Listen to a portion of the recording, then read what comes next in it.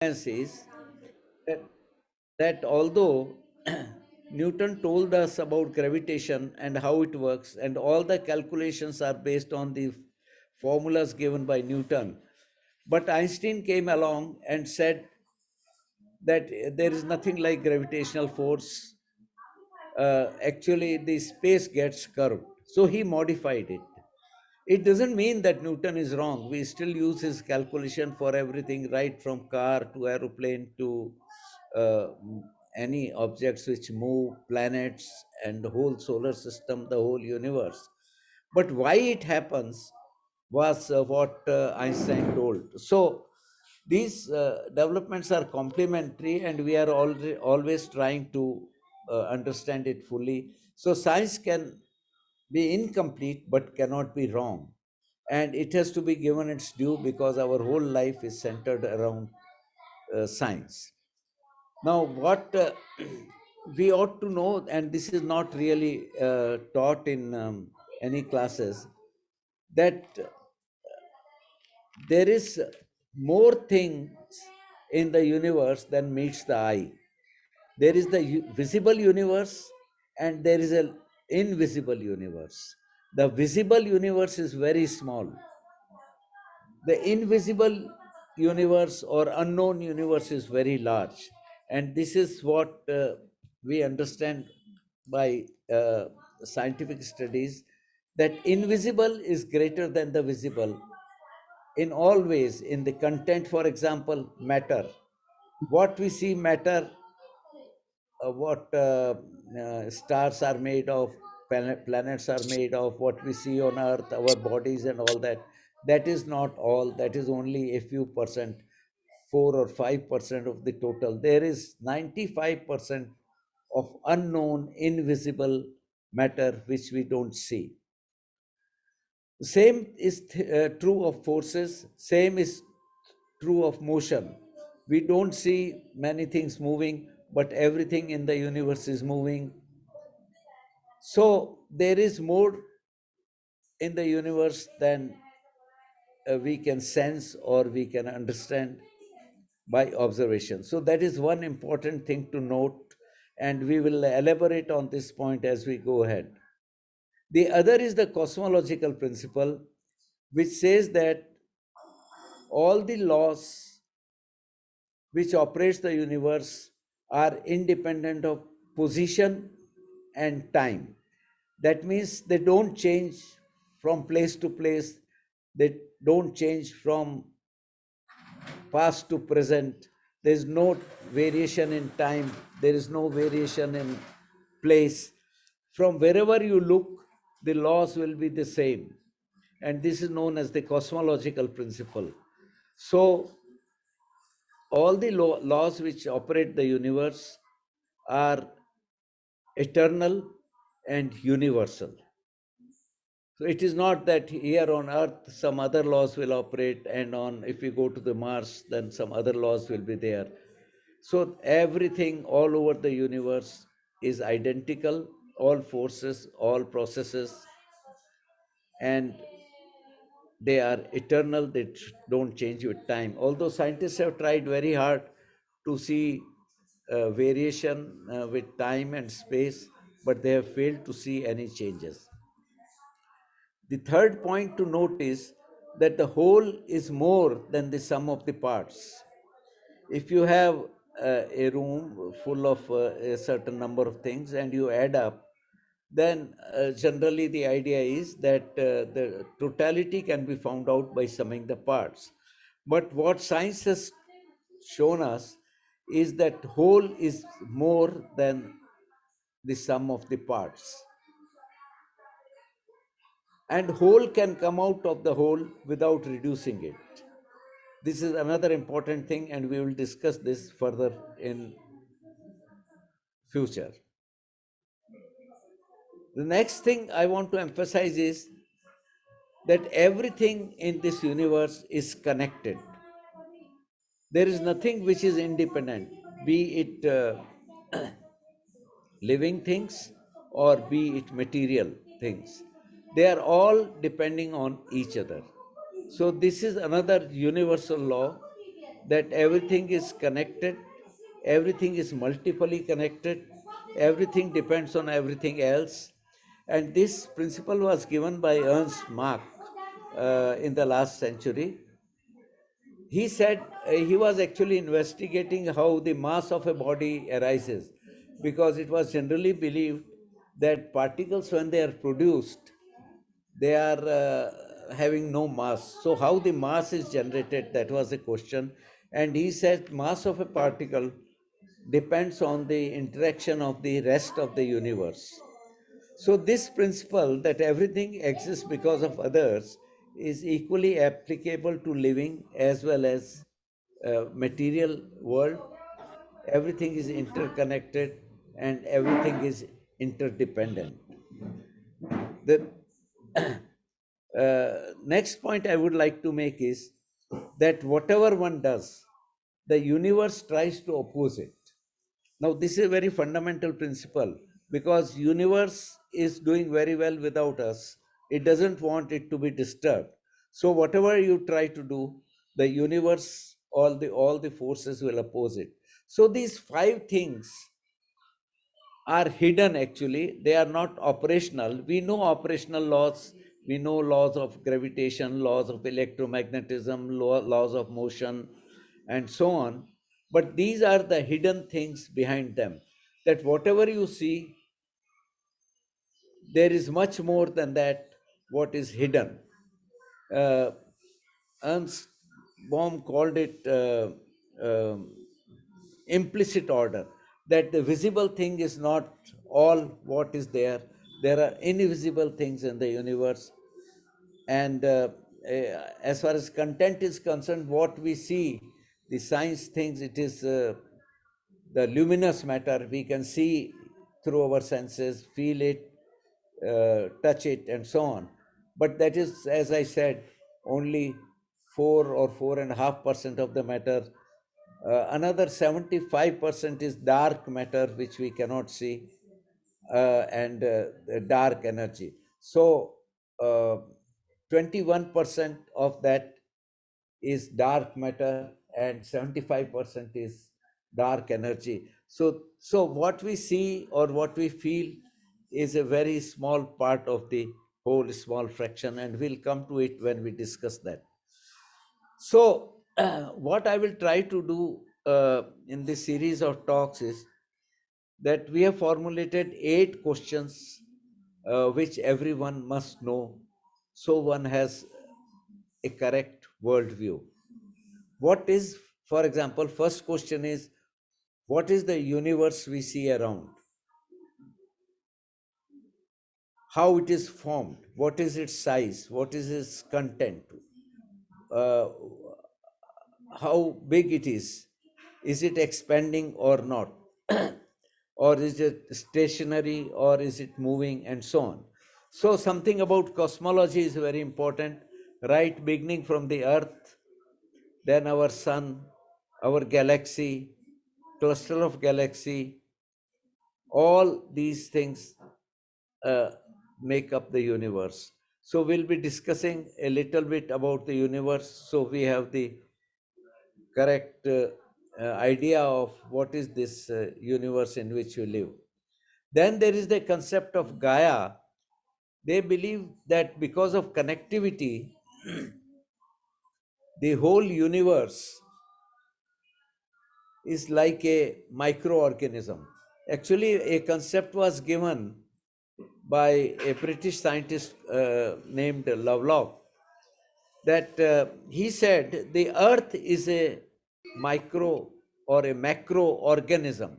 Just like an organism has a small body, uh, physical body, and living body, similarly, he said that the whole earth is a macroorganism. The biosphere is the life part, the geosphere, the atmosphere, the um, oceans, the rocks, they make the non living part, and together it behaves like a organism. And he tried to prove it by saying that the chemical evolution of the earth or the changes which occur in the atmosphere as well as in the ocean and in life, they go hand in hand.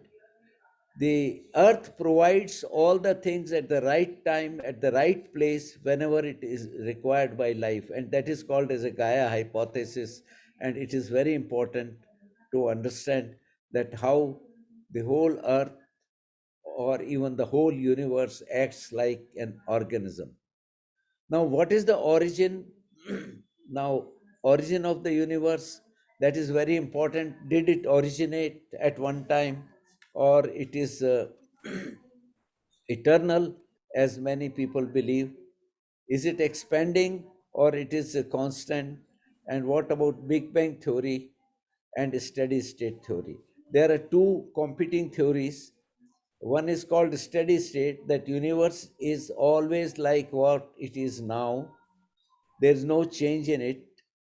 And the other is the Big Bang theory, which says that 13.8 billion years ago, the universe originated from a small point and it has been expanding ever since.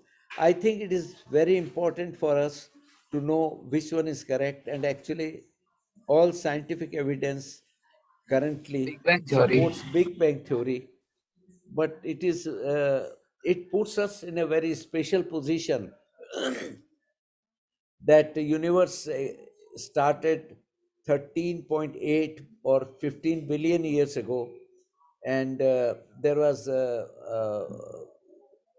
nothing before that, or we don't know what was there before the universe. So that is a very important thing, and we will take up these topics. Just now I'm only trying to introduce the scope of this course, so that those of you who are interested can continue to join. Then there is a big discussion about the question whether ours is the only universe or there are many universes. The universe in which we live, which consists of billions of galaxies, and each galaxy consists of billions of stars, and each star consists of many planets. Is that the only universe, or there is another universe outside it? Are we living in a multiverse? Multiverse means many universes together. And what is the beginning we discussed, but what is going to be the future and how the universe will end? If there is a beginning, there has to be an end. So, what are the theories? I think we have made much observational, astronomical, and theoretical models and observations, and we know much about the beginning, but very little about the future, how the universe will end. But whatever is known, we ought to understand it so that we can lead a meaningful life. And in this whole universe, where do we stand? What is our significance? We are so small, and universe is so big, that do we have any role in it, or we are determined by whatever is going on in the universe? That is another big question. So we will also talk in some of the lectures about earth and the solar system, its place in galaxy, its motion, and whether universe itself is moving or not. uh, as it happens, the earth is moving all the time around its axis and around the sun. It is rotating as well as revolving, and the whole solar system is also rotating and moving towards another star. It is very insignificant. The sun is a very insignificant star. It is called G2 type. G2 is a small star which is insignificant. The big ones are O and B stars, and it is a G2 type, means very insignificant. How come this is the only place where life exists? That is a big question. And this century, we are hoping that we'll be able to find life elsewhere. Then our galaxy is 100,000 light years across, and there are billions of galaxies. The galaxies together make a cluster. The cluster moves together and moves in a supercluster, and so on. And all galaxies are receding from each other. I'll discuss these things stages, but it's very important to know that everything in the universe is rotating and moving. Now, as we come to matter, we discuss it a little bit. The only visible matter, or what we can sense with our eyes, or touch, or observations, or instruments, is not the everything. There is much more. As I said, 75% is dark energy, which is a form of matter, and 21% is dark matter, which we cannot see except by gravitation. So there is a lot of things we ought to know, and we come to this more important question, that what makes this matter visible. The another important question is about life. What is the origin of life?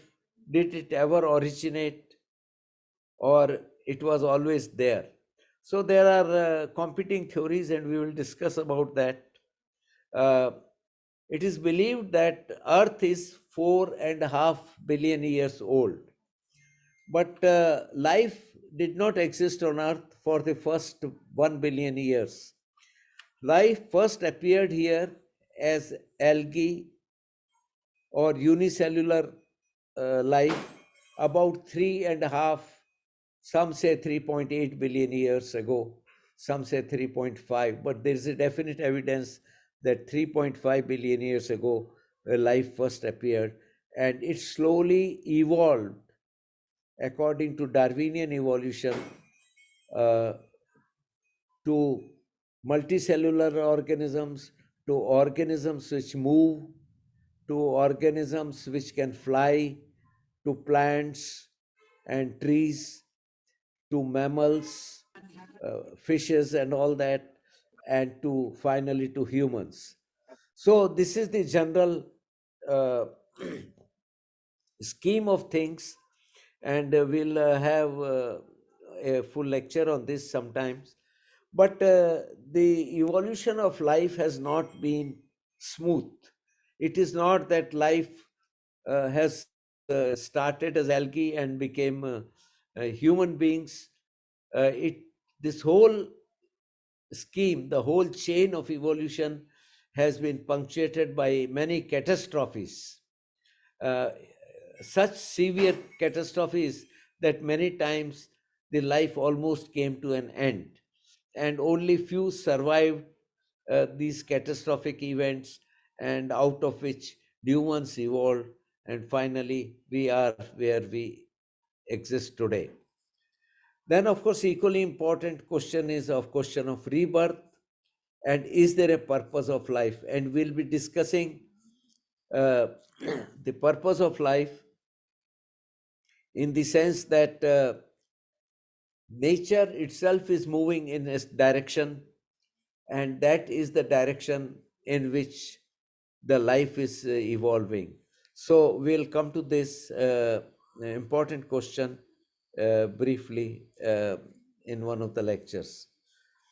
The most important thing about life is that it is very critical.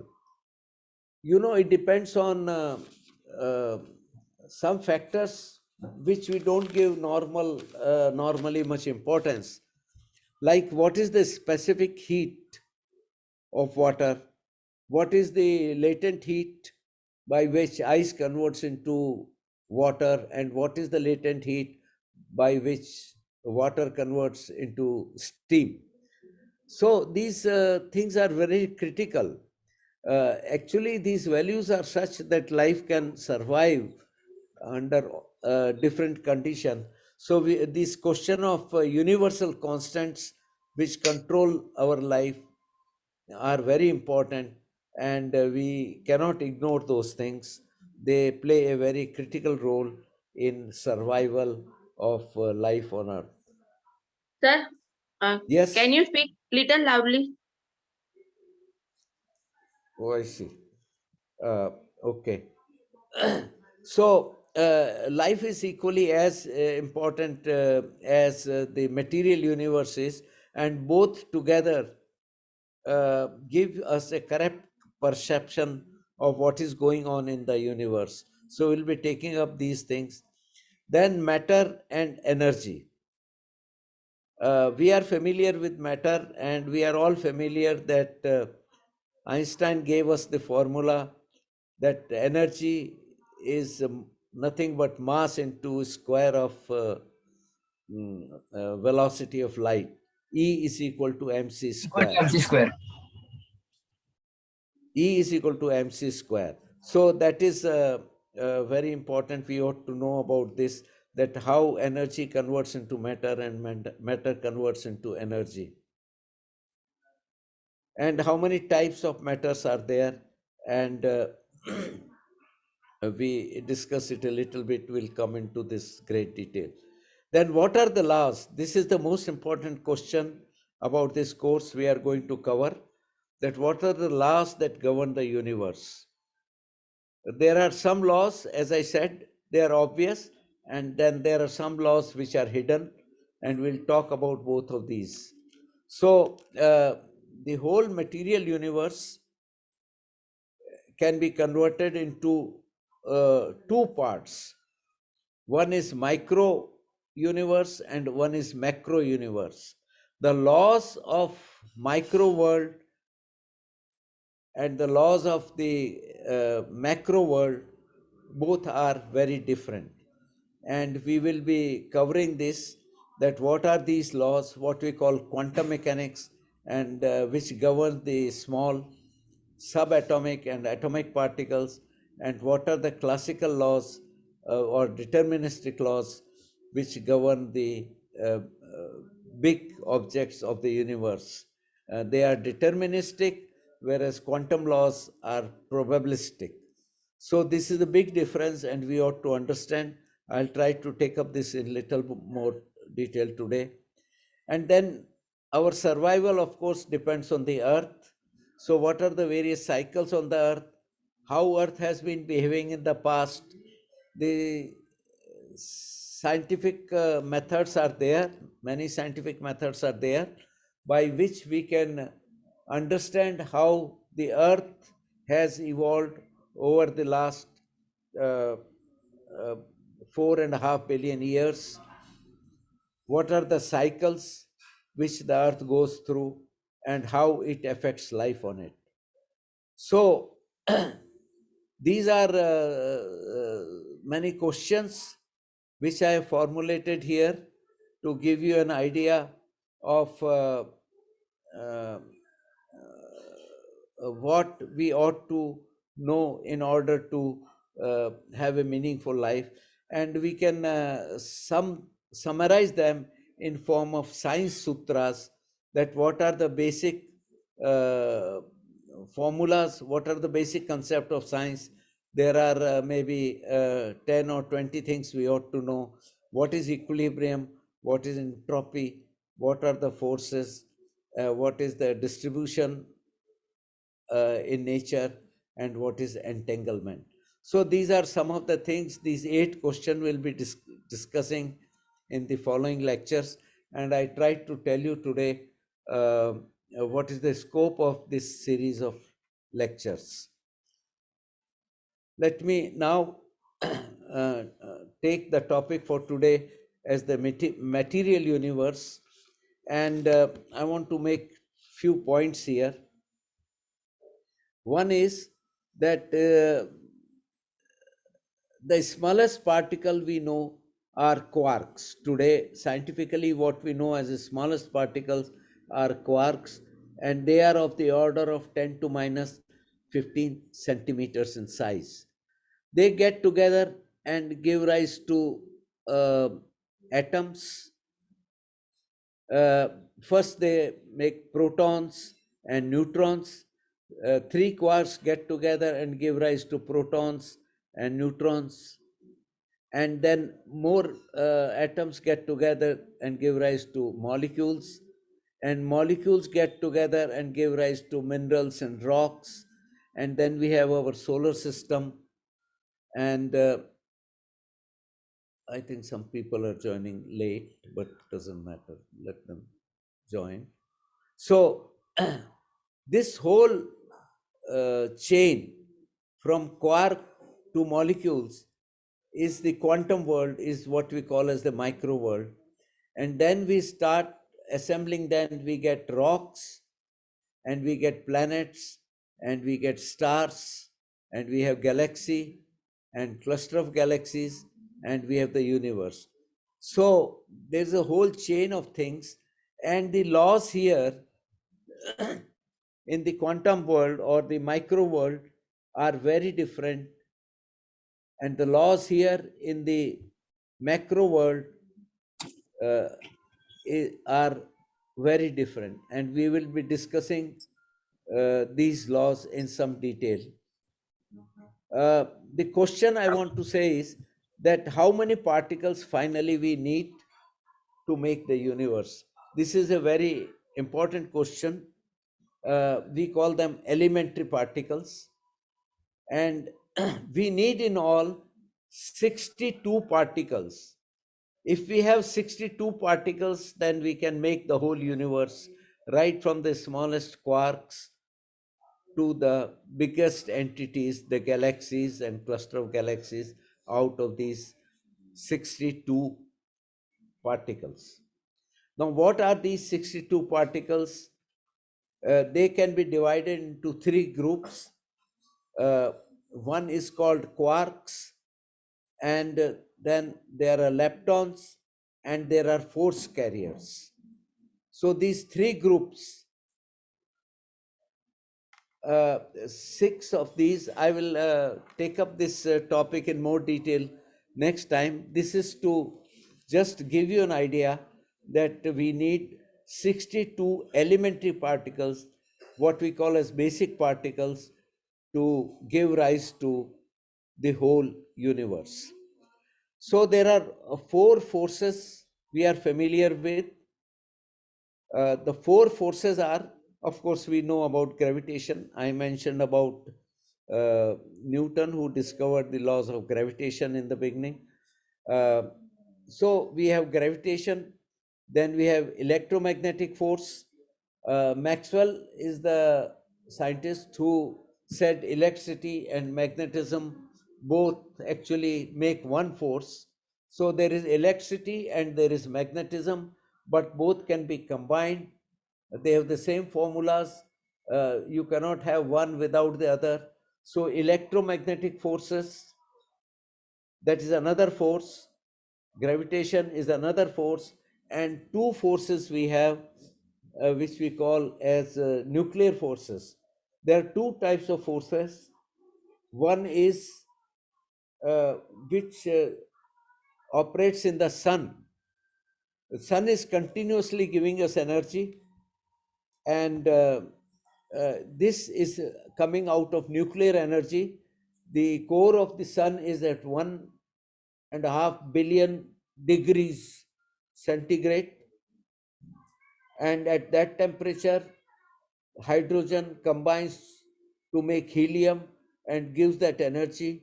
That energy is radiated away from the sun and reaches us, and is the main source of our survival on Earth and elsewhere.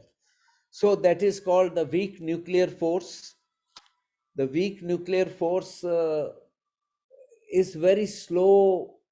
It is not like atom bomb. Atom bomb also works on the nuclear force, but that is instant energy. You have a nucleus of uranium, which is fissionable, or plutonium, or something which fissions, gives two neutrons, and two give four, and so on. And a cascade is developed, and that is in an instant the whole energy is developed. That is called a strong nuclear force. The sun has the weak nuclear force, and a nuclear bomb has a strong nuclear force.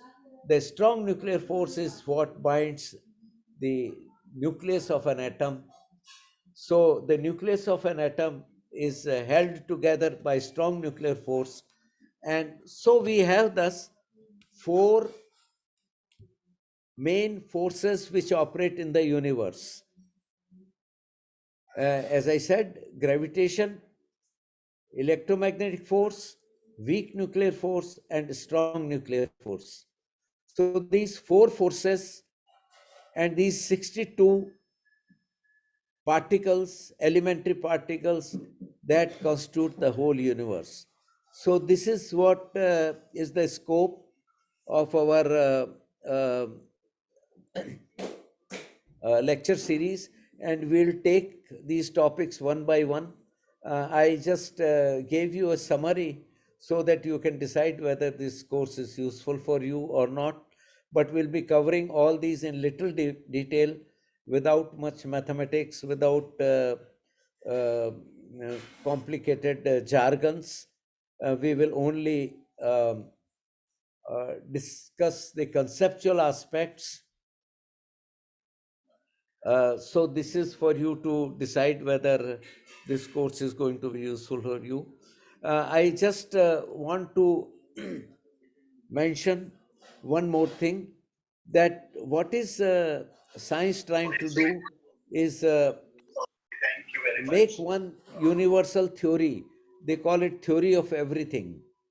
Uh, with this 62 elementary particles and four forces, can we make one theory which is theory for everything? And the glaring example, they say that we know all about science completely, is this Voyager, which the Americans sent in 1973 in space. This Voyager spacecraft, actually there were two of them, uh, was sent some, it is close to 50 years since it was launched. And they calculated its path based on all these four forces which I just mentioned. And it has now crossed the boundary of our sun, the solar system, and uh, it has gone outside the solar system, and it is on the same path which was calculated. The agreement is very good between the predicted path and the path which it has taken, the observed path. And so there is a general feeling, since it has not deviated much from its proposed path, they feel that we know everything about science, we know everything about space, we know everything about the forces in nature. So, matter and energy and four forces and their fields, they can explain everything with very high precision. And that is where science stands now. So, what I have done today is discuss with you uh, the scope of this series of lectures. And the main motivation for this is that although all subjects are being taught in various lectures online and in classes and everywhere, this conceptual part, what we are going to discuss, is not usually talked much about.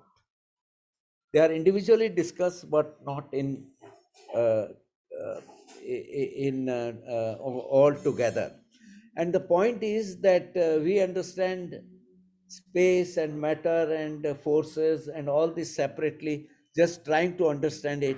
But in nature, it all operates together at the same time, everywhere, all over the universe, and we ought to know them so that we have a correct world view, and we can have a meaningful life. Before we can proceed in our life, we ought to know certain basic things, and that is the uh, objective of this series of courses. And I would like to stop here if somebody has any question. But today we have not covered anything in much detail. We have just given you an idea of what this course is going to bring to you. So I will stop here, and if there are any questions, uh, we'll be happy to uh, discuss that.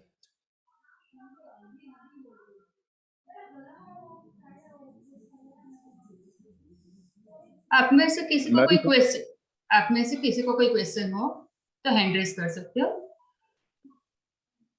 Bhandari Saab, जी हाँ, हाँ, I am Ashok very ji. happy. yes I sir. am very happy to hear you and to know that you want to start a series of lectures on elementary science, which everyone must know. You are very right in saying that this is the time when we are passing through scientific era, and many of our, I should say, laymen or students or children, they don't know the fundamentals of science, elementary science. They don't know. So if we start such lectures and if we do work on this aspect, then several of our misconceptions, they would be solved automatically. And as you emphasize today upon physical aspect, matter, energy, etc., and you also said earlier that other fields are there, biological science, chemical science, astronomy, and cosmology, etc. So many fields are there. So there could be a lot of discussion on all these aspects, and we can certainly say to the audience, to a layman, to students, that what are the fundamentals of elementary science, what is the basis of elementary science, and certainly we can correlate the elementary science with spirituality or with religion or meditation and several other things. So I am very happy and I congratulate you that you raise questions. Your 8 questions, they are very, very pertinent, and we should think over those questions and we should discuss over those questions. So in this way, I once again congratulate you. Thank you very much. Thank you, sir. Thank you, Professor Jain. हाँ, Actually, we are starting with physics and matter and all that, but we hope that if there is interest, you can continue with biology and other aspects, which in the second phase. So we are planning, depending on the response, that what are all the subjects people are interested, and I'll request you to take this forward after this series is over, to other sciences in which you have the expertise, and I think we can bring this elementary concepts in the knowledge of people who usually discuss things without knowing. But these are basic things which are Yeah. correct, and we have to take them as established and not ignore them, saying that philosophy knows much more, or religions know much more. I think that will be a very skewed view of life. So thank you very much for your encouraging remarks, and I appreciate that very much. हाँ, मैं धर्मचंद्र सबको अपना mic unmute करने का और अपना question raise करने के लिए रिक्वेस्ट करूंगी। सब आपको पहले तो सबसे ज्यादा हमारी ओर से धन्यवाद कि आपने हमारे साथ ज्वाइन किया। आपका क्वेश्चन पूछ सकते हो। Dr. Bhandari ji. Yes, sir. Thanks a lot for this presentation, for introductory lecture, in which you have discussed many points which were not known to me.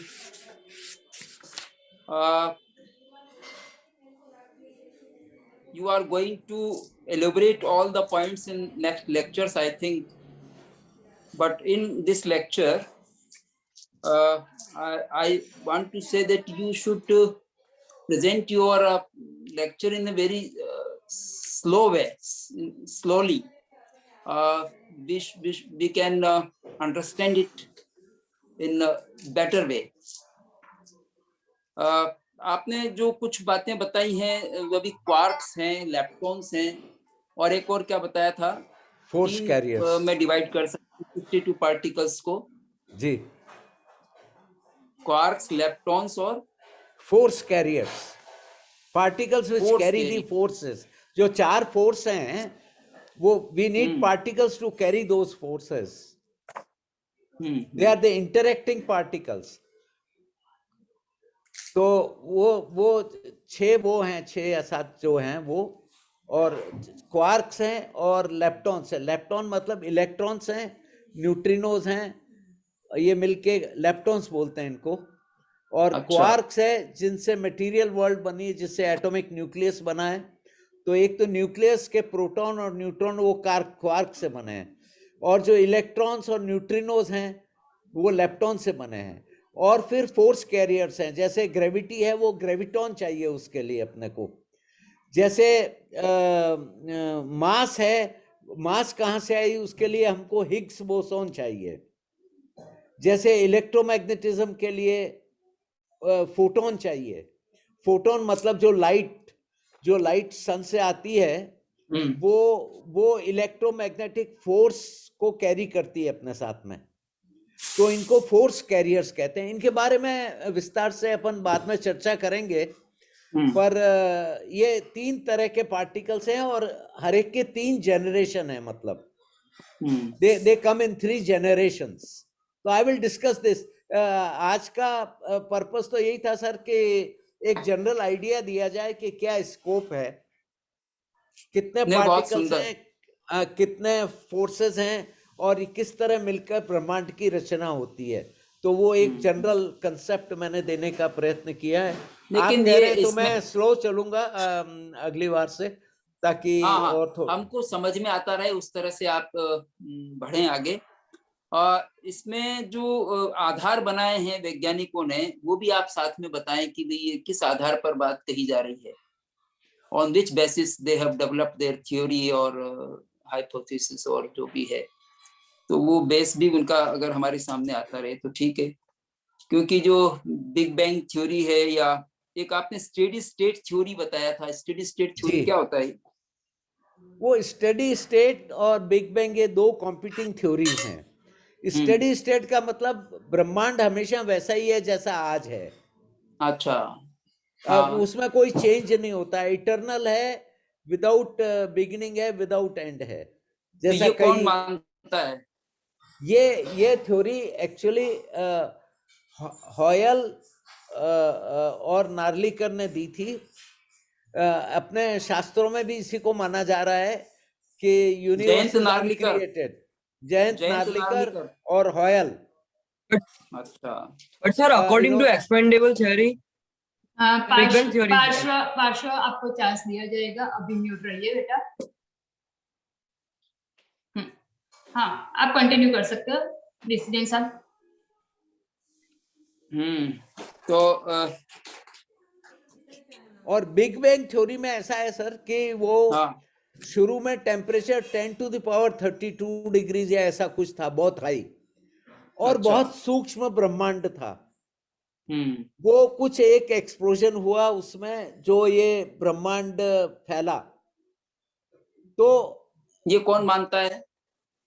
ये सारी ऑब्जर्वेशंस जो हैं वो इसको सपोर्ट करती है। अच्छा। जिसमें हर एक गैलेक्सी एक दूसरे से दूर जा रही है, रेड शिफ्ट है, ग्रेविटेशनल रेड शिफ्ट है, और जो मूवमेंट है गैलेक्सीज का, और जो हम पास्ट में गए हैं तो वहां पर एक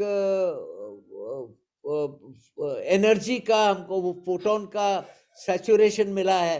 वो सब हम बाद में विस्तार से बात करेंगे। पर जैसे अभी हर एक गैलेक्सी जो है ब्रह्मांड में एक दूसरे से दूर जा रही है। हमारी आकाश गंगा है वो दूसरे आकाश गंगा से दूर जा रही है, और जितनी एक्सपांड हो रहा है। हाँ, तो ये इसको हम पीछे ले जाएं तो 14 बिलियन ईयर्स पहले ये एक सब साथ में था जब ये एक्सप्लोजन हुआ। तो उसमें दिक्कत ये आती है कि उसके पहले क्या था। तो वो थोड़ी एस्थेटिकली थोड़ा अनअपीलिंग है। पर आज तक जो भी हमको इसके एविडेंसेस मिले हैं वो सब बताते हैं कि ये यूनिवर्स है वो एक्सपेंडिंग यूनिवर्स है। तो इसके बारे में हम दोनों को कैसे जोड़ सकते हैं, इसके बारे में भी चर्चा करेंगे। स्टेडी स्टेट और बिग बैंग थ्योरी को क्या कनेक्ट किया जा सकता है। इतने बिलियन ईयर्स का अनुमान कैसे हुआ? जैसे पृथ्वी के बारे में भी 4.5 बिलियन ईयर्स ओल्ड अर्थ है, ये पृथ्वी इतनी पुरानी है, ये कैसे अनुमान हुआ?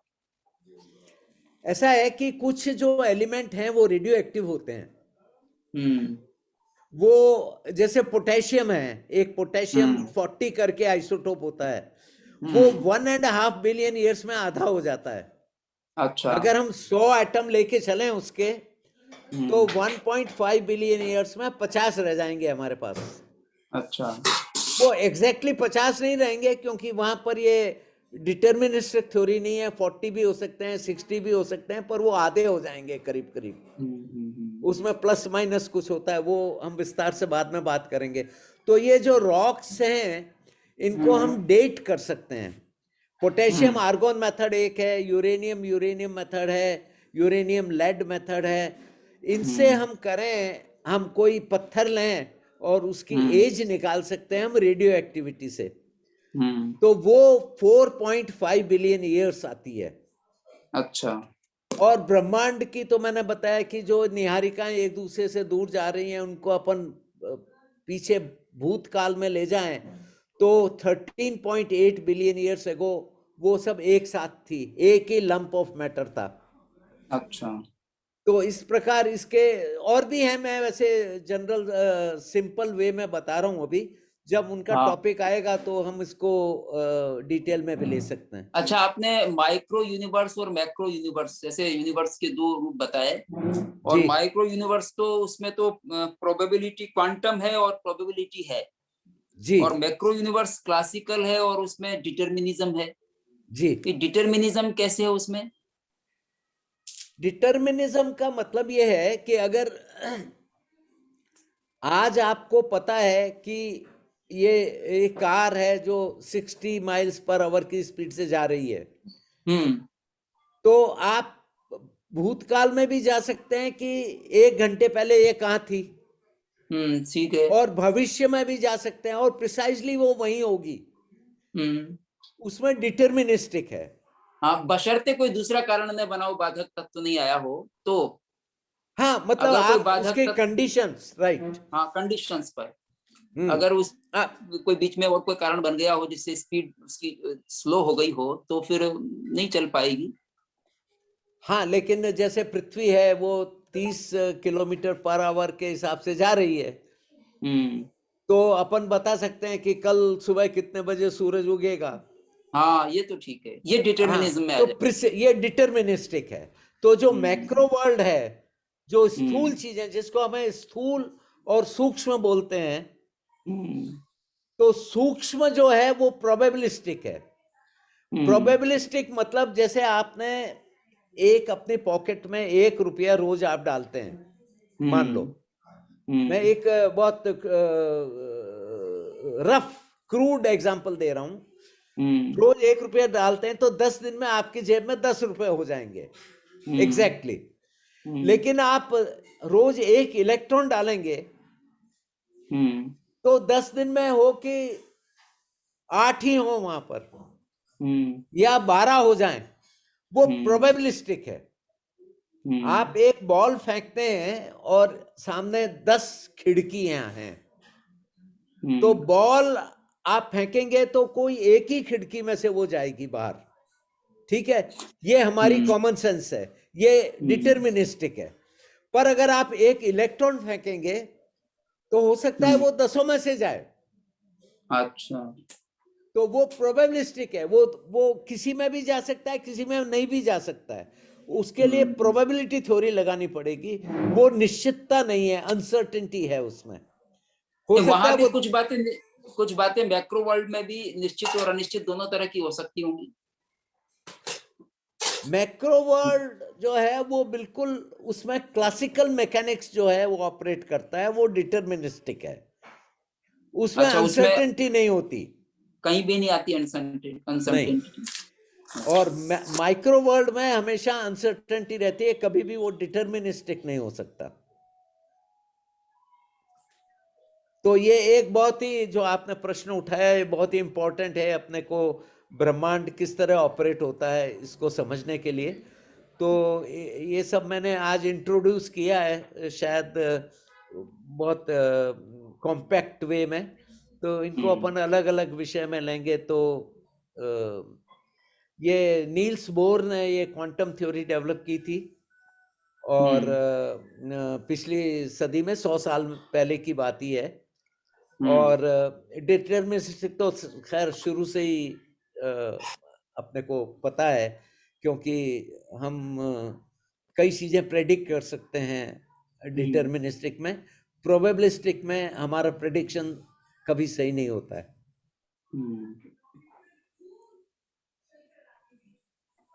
बहुत अच्छा, धन्यवाद आपको।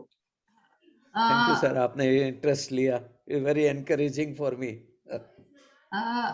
विशाल जैन साहब, विशाल मेहता साहब, आपको मैं अनम्यूट करने के लिए कह रही हूँ, और उसके बाद हम अनिल जी का क्वेश्चन लेंगे। विशाल जी, आप अभी अनम्यूट हो जाए। भंडारी सर, ये बहुत बहुत ही बढ़िया एक इनिशिएटिव आपने लिया है, and I must congratulate this entire team of this science and spirituality institute. No doubt, I mean, this is precisely the kind of content that I have been looking for since almost last 1 year after I completed my certificate and diploma in the philosophy basically. But अब ये जो आपने आज syllabus के जो भी topic discuss किए, mostly ये सारे के सारे तो साइंटिफिक है, हार्डकोर साइंस है, but how it connects dot with the spirituality, उसके ऊपर आप थोड़ा सा आज के ये इंट्रोडक्शन ओरिएंटेशन लेक्चर में अगर थोड़ा क्लियर करें, लाइक यू नो, कि हमारे फिलोसॉफिकल जो भी कंसेप्ट्स है जैन फिलोसफी में, तो वहाँ ये सारी चीजें, ये जो थियोरीज या जो भी सब्जेक्ट्स आपने अभी पेश किए, how it connects with them, एक ओरिएंटेशन अभी जैसे as it will go forward और क्लियर होगा. So that was one part. Second, मैं कुछ क्वेश्चंस मेरे मतलब क्वेरीज है. सर, ये जो अभी आपने ये लेक्चर सीरीज स्टार्ट करी है, going forward down the line, will it have any accreditation with some institute? I mean, कोई यूनिवर्सिटी के साथ या ऐसा, कि जिससे यू नो कुछ इसमें आगे कोई प्रोजेक्ट, असाइनमेंट, रिसर्च अपॉर्चुनिटी कुछ इवॉल्व हो. I mean, perhaps it may be a bit early to, you know, to point this, raise this point, but फिर भी this is a point which I wanted to highlight. या इसमें कोई एक short exam quiz, कोई specialised area में ऐसा कुछ अगर आप रखे तो it will make it more structured. और एक बात लास्ट मैं खाली बस ये कहना चाहूंगा कि अब जैसे आप आज कोई भी सब्जेक्ट आगे स्टार्ट करेंगे, तो उसके लिए कोई प्री रिक्विजिट है क्या? Pre requisite in the sense, मान लीजिए अभी आपने जैसे ये एंट्रोपी का सब्जेक्ट स्टार्ट किया, तो do we need to brush up our old concept of say thermodynamics, the laws of basic what we have studied in maybe 11th 12th or even in our basic engineering, वो अगर आप थोड़ा सा पहले अगर बता रहे तो क्या है कि that will help us in brushing up the basic concept so that we can take it forward in the advanced you know lectures. So that's it from my side. हाँ, थैंक यू विशाल जी, आपके questions बहुत relevant हैं। पहले तो मैं एक चीज़ clear कर दूं कि जो वैज्ञानिक हैं, जो साइंस को फॉलो करते हैं, उनके लिए फिलोसफी जानना आवश्यक नहीं है, because science is objective, it is a self sufficient system. I may not be knowing any philosophy.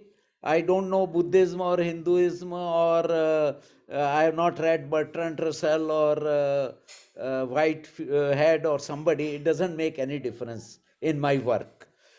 क्योंकि साइंस एक ऑब्जेक्टिव चीज है. पर जब फिलोसोफर्स बात करते हैं तो उनको विज्ञान का उपयोग करना ही चाहिए, ये एम्फेसिस है. Philosophers cannot tell a thing without knowing science, because they are bound to become wrong very quickly if they ignore science. हो ये रहा है आजकल कि philosophers जो मर्जी आए बोल देते हैं. I have seen many books, anybody can write anything and publish it, and they have no elementary knowledge of what is the truth, what is the fact, how the universe works.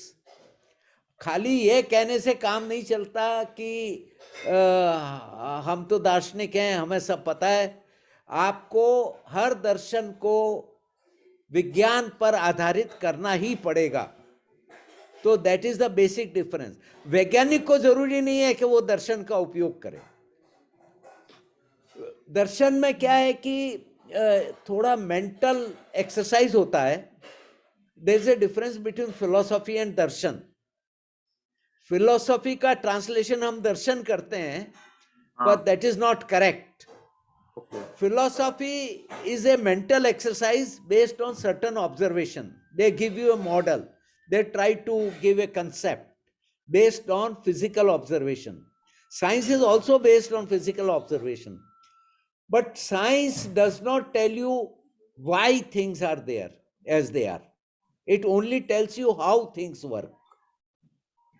So the scope of science is very limited. How a car works, how a plane works, how the universe works. Why it works, we don't tell. Okay. Whereas philosophers try to tell you why. But do they exclude how? In addition to how, they try to explain why. So first they must learn how to say how. What is how? और जो seers हैं, जो real दर्शन जिसको हम हिंदी में कहते हैं, जिसको फिलोसॉफी में रॉन्गली ट्रांसलेट किया जाता है, वो मेडिटेशन के द्वारा they see the world as it is. They don't ask question how and why. भगवान है या नहीं है, आपको साक्षात्कार हो गया तो है, नहीं हुआ तो नहीं है। तो वो that is how the world is. वो उसमें क्वेश्चन नहीं करते कि ये ऐसा क्यों है, यूनिवर्स एक्सपेंड क्यों करता है, इसके क्या कारण है। तो ये मैं आपको ये दुविधा दूर करने के लिए हमने ये कोर्स चालू किया है। वैसे तो बहुत सारे कोर्सेज हैं, अभी ऑनलाइन सब चल रहे हैं, हजारों कोर्स चल रहे हैं। तो इसका ये एक गैप हमको नजर आया, और हमारे जैन एकेडमी ऑफ स्कॉलर्स में करीब 40-50 बड़े विद्वान हैं उच्च कोटि के, वो डिफरेंट सब्जेक्ट्स के एक्सपर्ट्स हैं, वो आपको आगे ले जाएंगे। हमने खाली एक छोटा सा कुछ लेक्चर्स का एक फिजिक्स का बेस्ड कोर्स बनाया है। अगर आपको ये पसंद आएगा तो हम इसको दूसरे विषयों में भी ले जाएंगे। और आपका दूसरा क्वेश्चन था कि इसको कोई आप यूनिवर्सिटी से कनेक्ट कर रहे हैं, तो वो तो अभी बहुत जल्दी है, जैसा आपने कहा। पहले तो अटेंडेंस इज वेरी थिन, करीब 200 लोगों ने रजिस्टर करवाया था, ऐसा अशेषा बहन बता रही थी मुझे। 230। और हाँ, 10% भी अटेंडेंस नहीं है। तो हाँ, करीब 15-20-25 लोग आए हैं, तो ठीक है। That doesn't matter, that is not important. What is important is कि there are people who are interested, और कई बड़े बड़े विद्वान भी आए हैं, तो आई एम वेरी हैप्पी। तो we always compliment each other. तो अभी ऐसा कोई प्रोग्राम नहीं है यूनिवर्सिटी से कनेक्ट करने का। और तीसरा क्या प्रश्न था आपका? बस सर वही के मतलब अगर डाउन द लाइन, चलिए यूनिवर्सिटी से कनेक्ट हो ना हो, that may be a long term idea, but नहीं, आपने कहा था कि कुछ क्वेश्चंस आप रेज करें फर्दर रिसर्च के लिए। हाँ, तो वो मतलब वो तो आप लोगों पे डिपेंड करता है, जो श्रोता हैं। अगर क्वेश्चन ऐसे निकलते हैं तो अवश्य हम उस पे आगे रिसर्च करना चाहेंगे। Thank you so much. या thank you Vishal ji. Thank you. और भी अशेषा बहन कुछ प्रश्न है? हाँ, डॉक्टर अनिल कुमार जैन साहब का है और पार्श्व का है। मैं अनिल जी को लास्ट में लूँ और पहले पार्श्व को ले लेती हूँ, क्योंकि वो कब से हैंड रेस करके बैठा है। हाँ, उनको लीजिए पहले। पार्श्व, आप अपना क्वेश्चन बहुत शॉर्ट पूछिए, और बेटा इनक्विजिटिवनेस के साथ पूछिए। इंफॉर्मेशन आपके पास है, इनसे ज्यादा इन लोगों के पास हो सकती है, तो आप सुनने का ट्राई करने का, मैं इतना आपको बता सकती हूँ। हाँ, पार्श्व आप क्वेश्चन पूछिए। 62 आपने जो सब एलिमेंट्स बोले वो क्या है? सब एटॉमिक पार्टिकल्स जिससे एटम बनता है। एटम के अंदर आपको पता है प्रोटॉन और न्यूट्रॉन और इलेक्ट्रॉन होते हैं। आपने पढ़ा होगा ना, आप कौन सी क्लास में पढ़ते हैं? 7th। हाँ, तो एटम होता है। आप कोई भी पत्थर लें, उसको तोड़ते जाएं तोड़ते जाएं तोड़ते जाएं, तो फाइनली एक मॉलिक्यूल आएगा और मॉलिक्यूल में एक एटम आएगा। तो एटम किस चीज से बना है, कितनी तरह के उसमें बल हैं या फोर्सेस हैं, और कितने पार्टिकल्स चाहिए आपको बनाने के लिए। ऐसा नहीं है कि आप 2-3 क्वार्क लिए और आपका प्रोटॉन बन गया। उसके लिए आपको ग्लूऑन की आवश्यकता होगी, न्यूक्लियर फोर्स जो उसको साथ में रखे। तो इस तरह मैं ये विस्तार से बताऊंगा अगली बार या उसके बाद में, जब भी इसका टर्न आएगा, कि ये 62 पार्टिकल्स हैं क्या। तो इसमें ये जो क्वार्क्स हैं और लेप्टॉन्स हैं, उनके एंटी पार्टिकल्स भी होते हैं। और फिर ये 4 फोर्सेस बताए, ये फोर्स को कैरी करने के लिए हमको पार्टिकल्स चाहिए। फोटोन जो आप देखते हैं, लाइट, तो लाइट सूरज से आती है, तो वो सूरज से इलेक्ट्रोमैग्नेटिक फोर्स आ रहा है अपने पास, तो ये लाइट के फोटोन उसको लेकर के आते हैं। तो इसको फोर्स कैरियर्स बोलते हैं। इसके बारे में भी आपको बताएंगे कितने हैं, और ये कैसे 62 नंबर कैसे आया, ये भी हम आपको अगली बार बताएंगे। आज तो खाली इंट्रोडक्शन था आपको कि हम क्या क्या कवर करने जा रहे हैं। तो आपका इंटरेस्ट है तो आप इसमें आइए। आपने जो नार्को या ऐसा कुछ बोला, वो क्या होता है? क्या आपने कुछ नार्को और ऐसा बोला जिससे प्रोटॉन और इलेक्ट्रॉन्स बनते हैं? नहीं, इलेक्ट्रॉन तो इलेक्ट्रॉन इंडिविजुअल एलिमेंट्री पार्टिकल है। क्वार्क से प्रोटॉन्स बनते हैं और न्यूट्रॉन्स बनते हैं। क्वार्क क्या होता है? सॉरी, क्वार्क क्या होता है? क्वार्क इसके एक अपन लेना प्रोटॉन, तो उसके 3 टुकड़े किए जा सकते हैं। वो एक एक पार्टिकल को क्वार्क बोलते हैं। और न्यूट्रॉन लें तो उसके भी 3 टुकड़े किए जा सकते हैं, उनको भी क्वार्क बोलते हैं। तो 6 तरह के क्वार्क होते हैं। कौन कौन से क्वार्क मिलाएं तो प्रोटॉन बन जाएगा, कौन कौन से क्वार्क मिलाएं तो न्यूट्रॉन बन जाएगा। तो आपका इंटरेस्ट है तो हम इसको डिटेल में लेंगे अगली बार या उसके बाद में। क्वांटम थ्योरी क्या होती है? क्वांटम थ्योरी है जो छोटे होते हैं ना एटम, और उससे छोटे जो मॉलिक्यूल या एटम या इनसे छोटे पार्टिकल है, उनको जो उनकी जो मैकेनिक्स है, उनके जो नियम हैं, उनको क्वांटम थ्योरी कहते हैं। और जो बड़े हैं, जैसे टेबल है, कुर्सी है, सूरज है, चांद है, इनके लिए क्लासिकल थ्योरी होती है। तो अलग अलग नियम हैं। पार्टिकल की साइज पर नियम डिपेंड करता है कि वो कौन सा नियम लागू होगा। ठीक है। ओके, और कोई? हाँ, अनिल कुमार, हाँ, डॉक्टर अनिल कुमार जैन सर को मैं इनवाइट करूंगी अपना क्वेश्चन पूछने के लिए। साहब, एक तो बहुत बहुत बधाई, आपने बहुत सुंदर इनिशिएटिव लिया और बहुत अच्छे से आपने बात को रखी। और इसमें एक मैं थोड़ा सा सुझाव ये देना चाहूंगा, क्योंकि ये फिलोसफर्स के लिए है, तो इसको आप प्रेजेंटेशन तो अंग्रेजी में रहे, अच्छी बात है, लेकिन जब बोलते हैं तो आप हिंदी इंग्लिश मिक्स करके बोले तो शायद समझने में लोगों को और अधिक सुविधा होगी। एक तो मेरा ये ऑब्जर्वेशन ये था। और दूसरा, जिन लोगों के पास में जिन्होंने रजिस्ट्रेशन कराया, उन्होंने भले ही मतलब वो अटेंड नहीं किया है, अगर आपने ग्रुप बना रखा है तो उनको आप ये वीडियो शेयर कर दें, जिससे कि इनको इंटरेस्ट और अधिक जनरेट हो, क्रिएट हो। तो ये 1-2 पॉइंट कहने थे। और ये प्रोबेबिलिस्टिक वाली बात जो धर्मचंद जी साहब कह रहे थे, एक मैं थोड़ा सा हिंट देना चाहूंगा। अपने यहाँ निगोद में से हर समय 608 जीव निकल करके आते हैं। तो 608 के अंदर वो 8 मतलब ये कौन से निगोदिया जीव निकल करके आएंगे, ये प्रोबेबिलिटी है। मतलब ये पर्टिकुलर एक आएगा, 1 नंबर का आएगा, 2 नंबर का आएगा, ये तय नहीं है। तो इसको हम इस तरह से समझ सकते हैं। और कभी इसको मतलब ये आप उसमें जैन धर्म के हिसाब से जोड़ना चाहें तो जोड़ भी सकते हैं। तो साहब, आपको फिर से बहुत बहुत बधाई साहब, बहुत अच्छा लगा। Thank you sir for your encouraging remarks. अरे मैं ये- हिंदी में बोलने ये का जो प्रयत्न करूंगा, हाँ, लेकिन थोड़ा वो क्या है कि सब टर्मिनोलॉजी इंग्लिश की है, तो उसके अंदर फ्लो बराबर टर्मिनोलॉजी नहीं इंग्लिश आता। में रखिए, टर्मिनोलॉजी जी। इंग्लिश में रखिए, कोई बात नहीं। जी लेकिन एक चीज और जरूर कहूंगा कि मैं भी फिजिक्स का आदमी हूँ, लेकिन हम तो पेट्रोलियम में घुस गए तो फिजिक्स बहुत सारी हम भी भूल गए हैं, तो हमारे लिए भी रिवीजन है। तो इसलिए मतलब ये सबों के लिए ही है।